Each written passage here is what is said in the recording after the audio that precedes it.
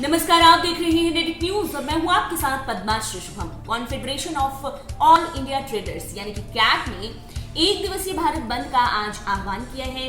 आज यानी कि भारत बंद बुलाया गया है और इस सेगमेंट में मैं इसी भारत बंद से जुड़ी जानकारी आप तक लेकर आई हूं। इस सेगमेंट में मैं आपको बताऊंगी कि इस भारत बंद के पीछे की वजह क्या है। इस भारत बंद के जरिए जो व्यापारी हैं वो अपनी क्या मांग भारत सरकार तक रख रहे हैं। इसके अलावा मैं बताऊंगी कि इस बंद को कौन सी संस्थाएं, कौन से लोग, किस व्यापार से जुड़े लोग इस बंद को सपोर्ट कर रहे हैं। इस बारे में मैं आपको पूरी जानकारी दूंगी इस सेगमेंट में। तो चलिए शुरुआत करते हैं। जीएसटी के अगेंस्ट आज यानी कि 26 फरवरी को confederation of all India traders यानी कि कैट ने भारत बंद बुलाया है, जिसके जरिए जीएसटी को लेकर विरोध जताया जा रहा है। All India transport welfare association यानी कि AITWA ने भी इस एक दिवसीय बंद को सपोर्ट किया है, पर उसका जो विरोध प्रदर्शन है वो ईंधन की बढ़ती कीमतों से रिलेटेड है। लेकिन हाँ, ये संस्था जो है वो पूरी तरह से इस बंद को सपोर्ट करती है, इस बंद के साथ है। और भले ही जो बंद की वजह है वो इसकी अलग है, जो कैट है उसके बंद की वजह जीएसटी से संबंधित कई तरह की मांग है, कई तरह की चीजें हैं। तो कुल मिलाकर जीएसटी हो या ईंधन हो, आप देख सकते हैं कि जो पेट्रोल और डीजल के दाम हैं वो बढ़ते ही जा रहे हैं, 100 तक हो गए हैं और इससे लोगों को काफी खासा परेशानी हो रही है। तो कुल मिलाकर जो बंद है वो इन्हीं सब चीजों को लेकर है। ई वे बिल पर जो कीमतें हैं, साथ ही ई वे बिल है उसको लेकर भी AITWA अपना विरोध जता रहा है इस भारत बंद को सपोर्ट करते हुए। यहाँ पर एक चीज जो बहुत ज्यादा गौर करने वाली है वो ये कि इन दोनों संस्थाओं के अलावा और कौन से लोग हैं जो इस बंद को सपोर्ट कर रहे हैं, अपने सपोर्ट को ये दे रहे हैं इस बंद को। और ये बहुत ज़रूरी इसलिए हो जाता है क्योंकि अलग अलग क्षेत्र के लोग जब जुड़ने लगते हैं किसी बंद में तो ये काफ़ी व्यापक होने की इसकी संभावना हो जाती है और काफ़ी ज़्यादा इसको एक बड़ा रूप देने के लिए भी हो सकता है कि लोग सपोर्ट करें इस बंद को। तो इस बंद के साथ जो व्यापारिक संगठन है उन्होंने देश के हर एक राज्य में व्यापार बंद में शामिल होने का निर्णय लिया। इसके अलावा दिल्ली में भी ज्यादातर व्यापारिक संगठन जो हैं वो बंद में शामिल हो रहे हैं और हाल ही में जो जीएसटी के नियमों में संशोधन हुए हैं, साथ ही ई कॉमर्स कंपनी अमेजन पर तुरंत से बैन लगाने की जो मांग की गई है उस मांग को भारत सरकार के सामने रखने का कैट ने ही भारत व्यापार बंद बुलाया था। और इस तरह से कुछ विरोध प्रदर्शन जो बंद के जरिए दिखाने की कोशिश की जा रही है। इस भारत बंद के जरिए, इस भारत बंद के दौरान जो सबसे ज्यादा गौर करने वाली चीज है वो ये कि जो 1500 जगहों पर आग्रह धरना आयोजित किया गया है। इसके अलावा जो व्यापारी हैं उन्होंने ये डिसीजन लिया है कि जो जीएसटी का जो लॉगिन है उसको नहीं किया जाएगा, वहां पर लॉगिन नहीं करके इस विरोध को प्रदर्शित किया जाएगा, विरोध को जताया जाएगा। हालांकि कई जिलों में संबंधित अधिकारियों को जो ये बंद है उसको लेकर वे केंद्र साथ ही राज्य सरकार के लिए ज्ञापन सौंप चुके हैं, जिसके जरिए ये जो व्यापारी हैं जो बंद में आ रहे हैं, बंद को सपोर्ट कर रहे हैं, वो अपनी मांगों को इस ज्ञापन के जरिए बताएंगे। और आपको हम जानकारी दे दें कि देश के जो 40,000 से ज्यादा ऐसे व्यापारी संगठन हैं जो कि कैट से जुड़े हैं और आज के इस बंद को सपोर्ट कर रहे हैं और धरना प्रदर्शनों में अपनी हिस्सेदारी दिखा रहे हैं। इसके अलावा चार्टर्ड अकाउंटेंट्स, साथ ही टैक्स एडवोकेट्स के संघों ने भी इस बंद को सपोर्ट किया है।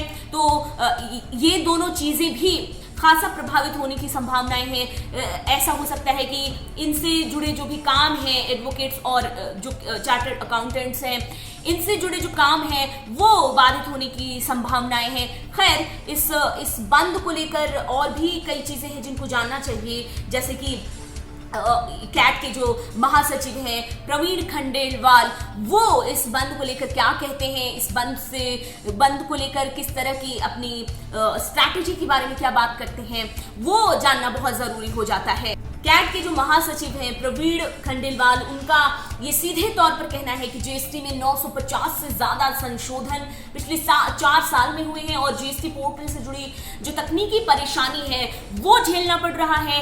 इसमें सुधार की उन्होंने खास तौर पर मांग की है और मांग की है कि जो जीएसटी से संबंधित जो भी प्रावधान हैं उन प्रावधानों को इस बंद के जरिए वो अपनी मांग रखना चाहते हैं कि जो कड़े प्रावधान हैं उनको निपटाया जाए, उनको खत्म किया जाए। इसके साथ साथ जीएसटी प्रणाली की समीक्षा की जाए। खंडेलवाल ने कहा कि जीएसटी की दरों का फैसिलिटेशन करने, इसके अलावा उन्हें लॉजिकल बनाने की जरूरत है। तो ये सब कुछ कहा है कैट के जो महासचिव हैं खंडेलवाल, उन्होंने अपनी बात रखी और जो बंद है उसका कैट ने ही आह्वान किया है। तो कैट की ऐसा कह सकते हैं कि कैट आगे आगे चल रहा है और पीछे पीछे संस्थाएं चल रही हैं, अलग अलग संस्थाएं चल रही हैं। इसके अलावा उसको सपोर्ट, जो बंद का सपोर्ट करके ये अपनी एक दिखा रहे हैं कि कितने एकजुट हैं। और ये जरूरी भी है क्योंकि एक विरोध प्रदर्शन या फिर एक धरना प्रदर्शन एकजुटता से ही सामने आता है। और आप देखेंगे कि खासा परेशान भी है, व्यापारी वर्ग जो है वो जीएसटी से खासा परेशान है, दूसरी तरफ जो जनता है वो ईंधन के बढ़ते दामों से परेशान है। तो कुछ इस तरह से ये भारत बंद काफी ज्यादा अहम हो जाता है। अब ये हुई बंद की बात। बंद की कारण क्या है, इसके पीछे इस भारत बंद का कारण क्या है। इसके अलावा बात हो गई सपोर्ट की कि कौन कौन से सपोर्ट कर रहे हैं। लेकिन अब अगर आम जन की बात करें, आम जन किस तरह से इस भारत बंद से प्रभावित हो सकते हैं, यानी कि उनसे जुड़ी कौन सी चीजें, कौन सी गतिविधियां इस बंद से प्रभावित होंगी और प्रभावित नहीं होंगी, इस पर गौर करना सबसे ज्यादा जरूरी हो जाता है। क्योंकि मैं हूं या आप हो या आसपास के लोग, आपके आसपास के लोग, सब एक आम जन है और उनको किसी भी इस ऐसे बंद या फिर ऐसे धरना प्रदर्शन से काफी ज्यादा दिलो दिमाग में ऐसा होता है कि क्या ऐसा होगा, क्या कैसा होगा, धरना से किस तरह से प्रभाव पड़ेगा उनके जीवन पर। तो खैर ये एक दिवसीय ये भारत बंद बुलाया गया है। तो जान लेते हैं कि किस तरह से इस बंद का प्रभाव आपके जीवन पर पड़ सकता है या नहीं पड़ सकता है। होलसेल और रिटेल बाजार वैसे तो पूरी तरह से बंद होंगे, पर जरूरी सामानों की बिक्री वाली दुकानें बंद में शामिल नहीं हैं। रिहायशी कॉलोनियों में भी जरूरत पूरा करने वाली दुकानें इस भारत बंद के दायरे से बाहर रहने वाली हैं। कई जो व्यापारी हैं उनका ये कहना है कि परिवहन व्यवस्था पर इस बंद का खास प्रभाव नहीं पड़ेगा, बस व्यावसायिक गतिविधियों पर इस भारत बंद के असर पड़ने के आसार हैं। और बाकी और भी कई बिंदुएं हैं जिन पर हमको गौर करना चाहिए, जैसे कि कई ऐसे पॉइंट्स हैं जिनको मैं आपको बहुत ही क्लियर तरीके से बताऊंगी। 6-7 पॉइंट्स हैं, क्या बंद होगा और क्या नहीं बंद होगा, या क्या प्रभाव, किस पर इस बंद का प्रभाव पड़ेगा, किस पर नहीं पड़ेगा। तो आइए इसको पॉइंट दर पॉइंट समझ लेते हैं और एक एक पॉइंट से समझ लेते हैं। खैर ये बंद जो है वो बहुत ही शांतिपूर्ण तरीके से आयोजित किया जा रहा है और अभी तक तो ऐसी कुछ अप्रिय घटना नहीं सुनने को मिली है और आगे भी जो ये बंद है वो शांतिपूर्ण तरीके से बंद हो जाए, पूरा हो जाए, ये दिन बीत जाए, तो ये एक अच्छी खबर होगी, अच्छी बात होगी। खैर पॉइंट दर पॉइंट समझते हैं कि क्या है प्रभावित होगा, क्या प्रभावित नहीं होगा। देश भर के वाणिज्यिक बाजार इस दौरान बंद किए गए हैं। वैसे ये संबंधित संगठनों के फैसले पर डिपेंड करता है। बुकिंग और बिल संबंधी सामानों की आवाजाही पर असर पड़ सकता है। चार्टर्ड अकाउंटेंट्स, साथ ही टैक्स एडवोकेट्स की सेवाएं प्रभावित रहने की संभावना है। छोटे उद्योग, फेरी वाले, महिला उद्यमी, अन्य लोग आज बंद में शामिल हो रहे हैं।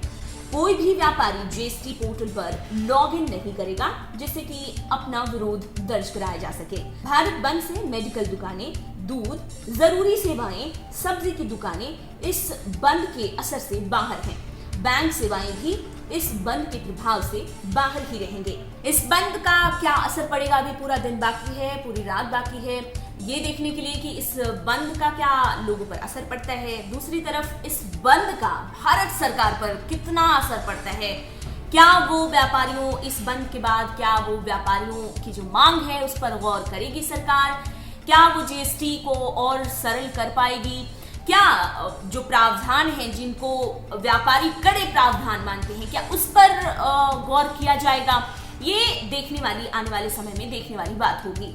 इस सेगमेंट में इतना ही। आप हमारे साथ जुड़े रहिए और खबरों को हम आप तक पहुंचाते रहेंगे। हमारा चैनल सब्सक्राइब कर लीजिए, अपना फीडबैक दीजिए कमेंट बॉक्स में, और हमारा जो अगर आपने चैनल सब्सक्राइब कर लिया है तो बेल आइकॉन दबाइए। अगर आप हमें फेसबुक पेज पर देख रहे हैं तो हमारा पेज लाइक करिए। अभी के लिए इतना ही। आप देखते रहिए नेट्रिक न्यूज। आप देख रहे हैं नेट्रिक न्यूज, साहस सच कहने का।